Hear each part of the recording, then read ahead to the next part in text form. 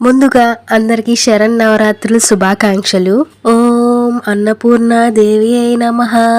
అన్నం పరబ్రహ్మ స్వరూపం అంటారు. సాక్షాత్తు పరమశివుడికే భిక్ష పెట్టిన దేవత మన అన్నపూర్ణాదేవి.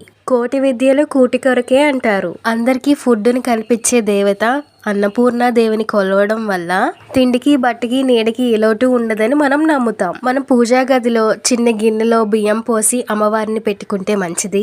అలాగే బియ్యం పెట్టెలో కానీ ఆగ్నేయం మూల కానీ అమ్మవారిని పెట్టుకుంటే చాలా మంచిది. మన ఇంట్లో అమ్మవారిని పెట్టుకున్నాక ఆ తేడా మీకు ఖచ్చితంగా కనిపిస్తుంది. మనం చాలా అన్నపూర్ణాదేవి విగ్రహాలు చూసుంటాం, కానీ ఇది చాలా స్పెషల్ గా ఉంది. ఇలాంటి విగ్రహం మనం చాలా రేర్ గా చూసుంటాం.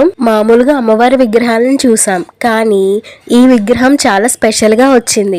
మనకి అమ్మవారు దండతో సహా కనిపిస్తున్నారు. సేమ్ యాజ్ ఇట్ ఈస్ ఈ పిక్ లో ఉన్నట్టే అమ్మవారు వచ్చారు. మీషోలో మనకు 289 రూపీస్ కి అవైలబుల్ గా ఉంది. మీకు నచ్చితే ఫాలో చేసి లింక్ అని కమెంట్ చేయండి.